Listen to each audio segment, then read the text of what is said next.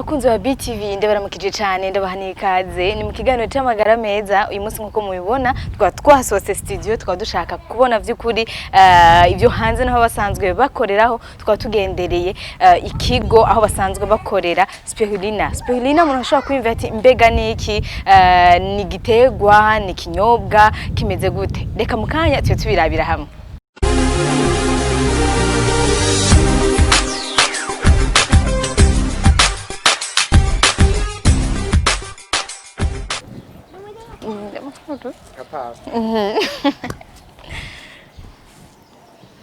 Nkuko mubibona nkampejeje kwakirwa n'umwe asanzwe akorera hano hantu akaba ari n'igikorwa asanzwe akora aho asanzwe nkuko mubibona yorora spirulina twayibonye ndetse tuza no kuvyumva cyane ukungene ari ifungurwa ikaba n'umuti kandi kwirafasha abantu benshi batandukanye muraza kuvyumva byinshi muri kino kiganiro murahawe ikaze.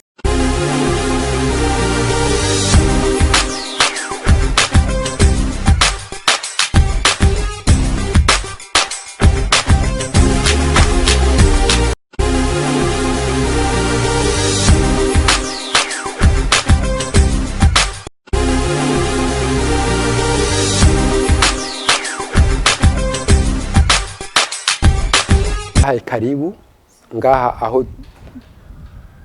dukorera spirulina. Mu ntango nababwira yuko spirulina barahagaritse kabiri ngaha mu Burundi muri mwaka wa 2010 n'umwaka wa 2016, ariko nagumye ngerageza sigura kugira spirulina bandanye ni kuki ntatanye agati nishwima kubera kuko spirulina ndemeza kandi abayizi neza baremeza ko ari ikintu gishobora kuzofasha Uburundi bwacu igafasha na Afrika yacu. Gute? Icyambere no shira imbere ni ibijanye n'ihindagurika ry'igihe. Abahinga baravuga yuko mu myaka iri imbere Afrika ari cha gice cy'isi kizokomereka cyane kandi cyane gose. Afrika nayo kabitunzwe n'uburimyi, hazoba ikizuba cinshi ubugaragwa imvura itare ku buryo abari batunzwe no kurima babure ico bimbura. Tuti rero ko atakintu cy'abarimyi kizoshoboka kubandanya kwimburwa, ubuzima buzaba bwasigaye mu mazi, inge turaba ingene twotegura kazoza tukiga kwimburira mu mazi.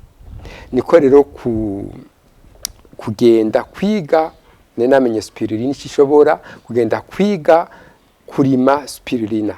Hanyuma rero iyo spirulina igituma bashira imbere nubwo yafashije abantu batandukanye ku isi bari bageramiwe n'inzara nko muri Mexique umwe bita Christophe Colomb gihashika muri Amerika yasanze muri Mexique barya spirulina kugira ntibicwe n'inzara. Haravuga yuko abashakashatsi bavuga yuko ijya manu yo mu bugaragwa imwe y'abahebreyi muri Sinai yari spirulina. Baremeza yuko byo nibigaragara kuko spirulina bayisanze gaha muri Afrika abantu bambere batangwe kuyigaragaza ku isi basanze mu gihugu ca Chad iruhande ababa ku nkengera z'ikiyaga cyitwa Chad.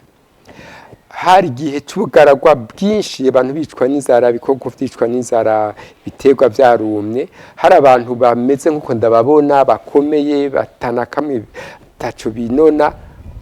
Abazungu bababonye bararaba ico barya basanga bagenda kurerembuza ku mazi y'ikiyaga Chad utuntu tw'urwatsi rutoto twareremba kuri ico kiyaga tuba turovye baturerembuje bagaca twanikira ku musenyi wo ku mazi iruhande y'ayo mazi kuri plage, hanyuma twumye mw'ijoro bakaturya bakazimana abana. Basanga abazungu utwo tuntu bacagenda kudupima mu laboratoire yabo ibuzungu basanga turimwo ibintu vyinshi cyane y'amavitamine yose yapfumbuwe by'umubiri wacu kenera kugira ubeho. Baca basanga bati burya hari abanyafrika bateye imbere y'abandi ati barya igifungurwa kizofasha isi mu myaka iri imbere yari spirulina. spirulina rero bayisanze aha muri Afrika n'ivyo ishobora gufasha ingene yakingiye abo bantu ntibapfe n'inzara baca biga ingene bayikwiragiza kw'isi. Cyo gituma nanje naciye ngenda kwiga spirulina ndayizana kugira mu myaka izoza ikizuba cyabaye cinshi abo muri Afrika tuze turonke ikitugaburira. Si jewe jene ngaha muri Afrika hariho n'ahandi barima spirulina. Hama ikindi barondera spirulina nubwo ari ca kintu kivura abantu cane, kiravura indwara nyinshi kubera spirulina ifise ibintu byose byinshi cyane umubiri wacu kenera. Indwara kenshi zikaza kuko hari ibintu tuba tubuze mu mubiri. Basanze rero spirulina ishobora kuvura indwara nyinshi kuko iduha ivyo umubiri wacu wari ukeneye wari warabuze. Hanyuma nko muri ONU barize ikibazo ca spirulina basanga bati ivyo bihugu vyo mu nzira y'amajambere vyama amafaranga buri mwanya birungika za Buraya kugira bagura imiti abanyabura nibo bayikora bakayidandaza muri ibihugu bidashobora gukora imiti, ibihugu biri mu nzira y'amajambere. Hanyuma rero bati muri ivyo bihugu biri mu nzira y'amajambere kenshi harashushe, spirulina nayo ishaka ahantu hashushe. Ni kuki batorima spirulina? Ni kuki tutorima spirulina kugira turonke ikintu co dufasha aho guma turonka amafaranga za Buraya, natwe turonke ikintu co kosora ingorane dufise mu magara yacu. Hacaba ishiramwe rero ry'ibihugu muri iyo nama ya ONU eheraba ibihugu vyinshi byaci bija hamwe kugira bihimirize spirulina n'Uburundi burimwo. Hanyuma rero ivyo ndiko ndagira sivyo nadukanye, ni ibintu bikwiragiye henshi kw'isi kubera nyene iryo shira hamwe ryaje mu bihugu bitandukanye agacagira spirulina. Nk'igitabu wobona ingene ari amafoto y'ahantu henshi kw'isi bagira spirulina. Cyo gituma nagira nti vyogenda gute ngo Burundi abategetsi bahimirize spirulina. Ikindi twovuga nuko ahi Burundi turagwirirana n'ingoga kandi Burundi n'igihugu kitari kinini cyane, tugatinya yuko mu misi zoza abantu batunze no kurima tukarondoka cyane, abo tuzovyara bazobura aho barima kuko isi izogenda yaga. Mugabo turavye nyene spirulina irimbuka iyo wayigaburiye wayoroye neza. Spirulina rero ikabitanga ivyo umubiri wacu nka vyose ukeneye. Kujya yafashije abantu bari mu bugaragwa bagira bicwe n'inzara ikababungabungira ubuzima imyaka n'imyaka. Turibaza yuko spirulina ishobora kuzofasha abarundi hirya y'ejo, kuko kurya spirulina gufata isahani kuzuza ibondo rikabombora oyaye kada kayiko gatoyi dufate gakoro gisukari. Bavuga bati ukujuje spirulina kwa gasesekaza ni grama 5. Izo grama 5 zihaye umubiri wawe iyo uziriye ivyo ukeneye vyose buri munsi. Ugasanga ntukeneye vyinshi ibispirulina vyinshi kugira ubandanye ubaho ufise amagara meza. Ivyo ni vyigwa vyakozwe kuburyo harabaye ubushakashatsi bugira buti mu nama zikomeye ati spirulina nico kizotunga abantu kuri isi hirya y'ejo gute. Bati none ko nk'ubu turi miliyaridi 6 n'igice z'abantu, ariko kuri isi hari abantu 30% barya nabi canke bishwe n'inzara. None hirya y'ejo tuza twabaye miliyoni 9 miliyoni 10 tuguma turya nkuko twahora turya, turima nkuko twahora turima, tworora nkuko twahora tworora. Inzara izokwica abantu batari bake. Bati rero ahubwo kwisi twokorora spirulina ko nico basanze arico gishobora gufasha abantu hirya y'ejo. Tworima tworora spirulina ku bwinshi tuzorinda inzara abantu mu myaka iri imbere. Cyo gituma nagira nti dutera kamo leta ifashe aha i Burundi ivyigwa vya spirulina bigwire, spirulina tuyigwize kuko hirya y'ejo izo hadutora. N'utuntu tumeze nk'utu dutetetete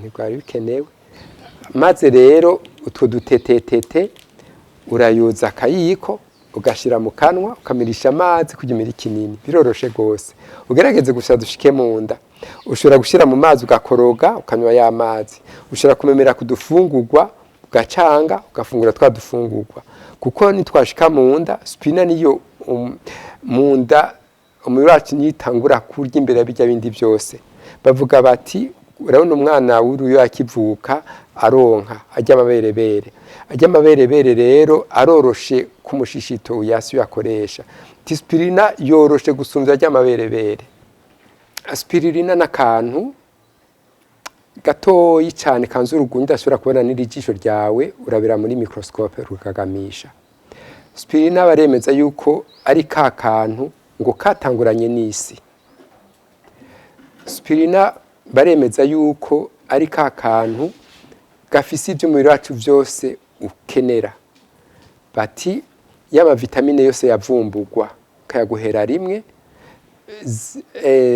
bya byunyunyu no kuvuga fer, zinc, phosphore, selenium byose kaguhera rimwe yama mbaye ndavuge mu gifaransa ama acide aminé essentiel bimwe bigize ama protéines muri spirina nico kintu cya mbere kwisi gifite ama proteine menshi dufate nk'aka ka paquet ni gram 100 igrama 70 gushika ngaha n'ama proteine gusa proteine rero bavyise mu kirundi ndema mubiri nicyo kindi kizogufasha wewe kigufashiriza umwana akure neza hanyuma ni ka kantu bavuga bati katugwiriza abasoda mu mubiri urya spirulina ntugwaragurika urya muri spirulina ufunguye cya kintu kiri mu bintu umubiri wawe byose nka byose ukeneye nabo nyine nirabaterera ibintu bigaragara nibivugwa n'uwo mwanditsi umuganga umushakashatsi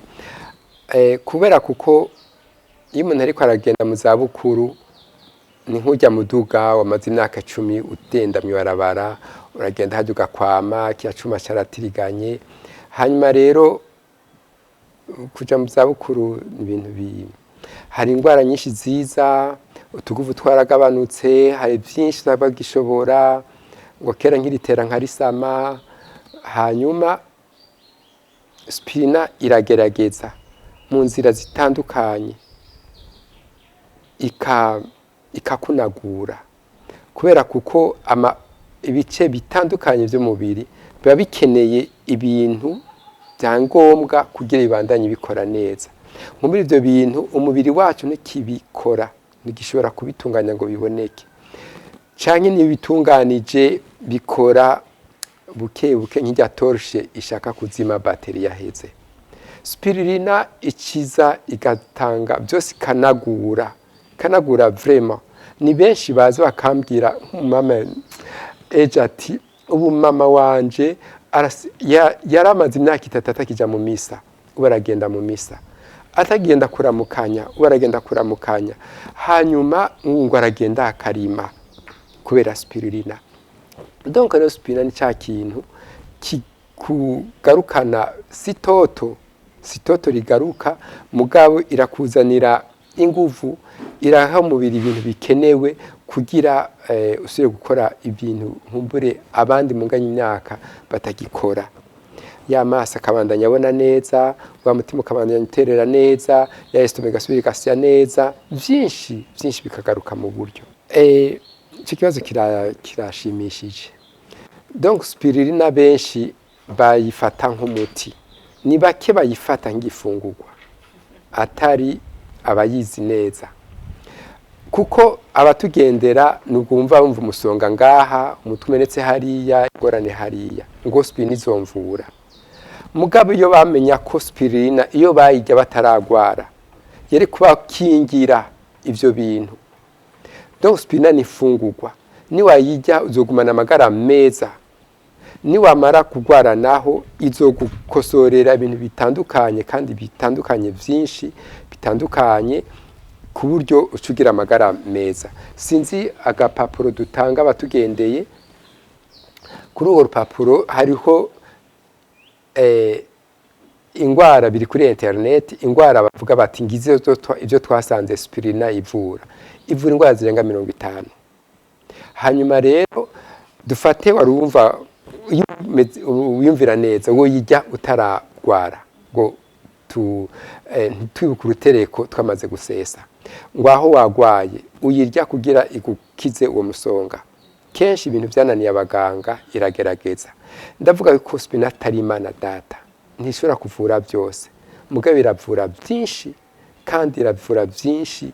Imiti imwe umuntu abagwaye akaza ngaho i Burundi, akava kuri umuganga akaja ku wundi, akava kuri umuganga akasura ku wundi, akava Burundi akaja mu Rwanda, akava mu Rwanda akaja mu Buhindi, hose aguma arondeza, akagaruka i Burundi ngo spirulina, gatangara kanashavura ati ibyo ifaranga byose nasesaguye iyo namenya nkahera kuri spirulina. Hanyuma rero ati ngo aho urakize, mugabo imwe wari urwaye cyo bitumye ntukizi. Kenshi ni ibintu wabwirizwa kuba uhereza umubiri wawe nk'aya maside amine essentiel, ya masel minéraux, ya mavitamine, mugabo utakironka cyane iyo yaronse mu bintu ntuyakire neza. Donc wagwaye spirulina kufasha uragira ubuntu urakize. Ikivuga ko utazosubira kugwara n'igiki, urashobora gusubira kugwara imwe bita chute, kuko vyarindi spirulina yaguhaye umubiri wabikoresheje byaheze, wabuze ahandi ukuri ibindi. Donc tugira tuti wakize vyiza wobandanya ufata duspirulina buke buke. Donc tuvuga tuti iyo ugwaye ukwiro ujya musonga ukire n'ingoga, ufata spirulina mu gitondo no kumugoroba, mu gitondo no kumugoroba. Tuvugira tuti fata duke duke, kandi akayiko gakoroga isukari ukuzuze gusugeze ku rubiga ni grama 3 mu gitondo, ushire mu kantu umirisha amazi kujya umira kinini. Hanyuma ku mugoroba usubire gwire kwa kundi kakayiko ugeze ku rubiga ushire mu kantu umirisha amazi kabiri ku munsi yugwaye. Mugabo utaragwara nta musonga wumva, ntaco wino ntaco wivura. Fata rero duke duke, ufate kakayiko uzugeze ku rubiga mu gitondo gusa, ushinkumbere misi yose. Niyo ugira kabiri mu gitondo cyo kwa mbere, cyo kwa gatatu, cyo kwa gatatu, kwa kane gusa mwiyinga, uzogumuri naga ngo aho warugwaye uburakize. Gira kwa kundi uzurasibiza, ugire kane gusa mwiyinga. Urabona ufata mu gitondo kumugora uzuyifata inshuro 14 mwiyinga.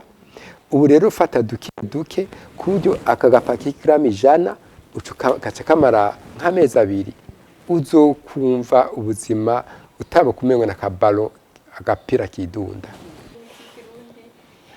Ndabumva gose, ndabumva n'ukuri. Sinzi no mu directeur nabwiye ntimwoturukira abamenyesha makuru ngo ivyo si biti vy'ikirundi. Oya, ni gose spirulina si vyakatsi. Spirulina si umuti umuvugutano. Oya, ni murabe yuko ari byo tuvuguta. N'ibintu byagize ku bushakashatsi bwinshi kwisi, ni ikintu bahagurukiye, ni ikintu bahagurukiye. Bamwe barukiye bigendajuru ku kwezi, nibo bicariye spirulina gusumbya nkumbura abandi, bashaka kwenda kwiteragira ku kwezi, bashaka kuja kwiteragira kuri Mars. Murabona ngaha ni muri ONU. None ONU bicariye, ibihugu byose byicariye umuti w'umuvugutano. Oyaye ni ikintu ahubwo cyakayobera bahinga, ni ikintu gituma kiri ngaha honyene mu Burundi bwose, ni ikintu kwisi bari kwaravira hasi. Oya si umuvugutano, ni ubushakashatsi bukomeye. Oya nkumbere tubigira byose, kuko tuvuga kurima, kuko i Burundi bon tkorora. Hanyuma urabona ko abashakashatsi bavuga yuko spirulina ni gitegwa, spirulina na gakoko. Igitegwa rero tuziko tukirima, agakoko tuziko tukorora. Donc uvuga icyo ushatse cyose nico. Twego turavyifuza gose, turavyifuza gose. Urabona haji karusi mu Rusi bahejeje kutanguza ibikorwa by'ishuri rikomeye rizokwigisha imyuga. Beke Imana yadufasha na spirulina bakayishiramwo. Kubera iki? Twavuze yuko spirulina ni ca kintu kizofasha Uburundi hirya yejo, kizofasha Afrika hirya yejo. Muti umuntu kwigwana ko akaronka nkumbura ikimugaburira kigaburira umwana wiwe. Ndakarorero iki kigo mubona na karoro k'ibyo. Natanguye ijambo spirulina mpejeje kurimenya ari ubwa mbere ngaho i Burundi ico kintu kivugwa mugabo rabo ubu ibyo tubatse ngo birashimishije hanyuma nukuvuye yuko gishobora guteza imbere umuntu kuko ni ikintu gifise akamaro kanini cyane mu bya hafi ku magara y'abantu twavuze yuko ivura indwara zirenga 50 umuntu rero ushobora gukora igikorwa akavura abantu ibyananiranye umengo cyo mubungabungira ubuzima twosaba yuko twanza gushima kuko mu bihumbi 2016 spirulina barayihagaritse naragerageje gusigura ko batwihenze ko hari ibindi bitiriye spirulina by'ivyaduka ni ibintu by'amazi by'ibiziri bashiramwo agafu gatuma ayo mazi yitwa cargasok ahinduka akasa n'urwatsi rutoto kurya amabarafu usanga afite ibara ritukura ry'umuhondo ry'urwatsi rutoto n'agafu baba bashizeyo bashyizemwo rero agafu amazi agaca ahinduka bashyira mu macupa barafundikira ngo akira akanyabuzima spirulina badutwaye izina spirulina bayitirira ibitari ivyo hama abantu baja ko uhenzwe nyine urahendwa barabikoresha je ndava hasi ndatakamba ndashikira ministre ntitabara ko bijya nta rutete rwa spirulina na rumwe rurimwo mugabo ko batihinge tubanze tubihagarike byose dutohoze hanyuma rero baratohoje basubiye kuduha uruhusha gukubandanya ngo dukore ubu twasubiye kwemererwa ngo dukore ku mugaragaro cyo gituma twashoboye kubatumira ngo mubivuge bavyumve. Jane Claudette namenye spirulina muri mu 2012 ndafise ivyiza byinshi nayibonye ko je namenye spirulina ntafungura ibintu bibisi cyane bijya bita amasalade amakaroti biya ndabiriye jewe naca ncibwamo canke isombe irengarenga byose ndabiriye naca ncibwamo ariko maze gufungura spirulina byaciye bihera ikindi naciye mu bihe byo kubura itiro atari uko mfise imyitwarariko imbuza kuryama aho gusanga njyama nka buri tiro ariko maze gutangura gufata spirulina n'ukuri tiro nasigaye njyama nk'umwana hanyuma ikindi nabonye nafise mutoyi wanje afise ingwara zo kugwaragurika yaragwaragurika kubona ko umubiri wiwe utashoboye kwigwanira bikwiye ariko amaze gufata spirulina n'ukuri abasirikare bo mu mubiri baciye baragwira kubyo n'abaganga by'abatangaje baravuga bati n'ukuri uri discipline wifata neza n'ukuri turabona ko abasirikare baduze babaye benshi ubusiga ukomeye umeze neza n'ukuri uwo mutoyi wanje yasa n'uwazutse ko nasanze amaze kuba yonze yirabura cyane ingufu zaraheze yonze yataye biro ariko amaze gufata spirulina mu minsi mikara vyibuha arasa neza ibiro biraduga n'ukuri aragira amagara n'imbaraga n'ingufu ego je nije niboneye kuri spirulina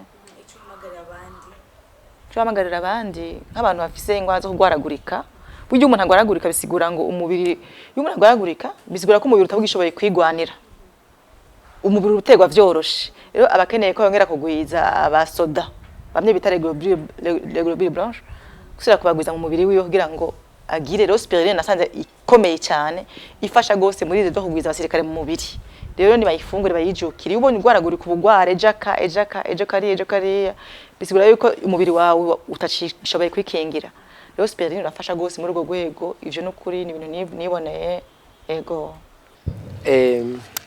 aha rero no tworora spirulina murabona turakenera amazi ko spirulina na kantu gatoyi cyane kororerwa mu mazi hanyuma tukayigaburira igakuri karondoka hanyuma tukayisoroma mu gusoroma na amazi tuheza tukakoresha kamoteri akisuka ku kantu kagasenga gaca kamimina amazi akagaruka muri basa tuyororera asa nayo mwirobine hama kuko iri bara ry'ugwasi rutoto niryo risigara ku rusenga niyo spirulina iryo bara tukaja tukanyura umengo nubuyi butemba tukakanyura amazi ya mbere agahera akavamwo tukaronka kantu umengo n'umutsima umutsima uswage tukaje tubugira amaspaghetti tukanikira kuzuba rihari cyangwa kundi kuntu ukoresha electricité hanyuma kakuma kumye kakamunika nk'urukwi tugaca tugasya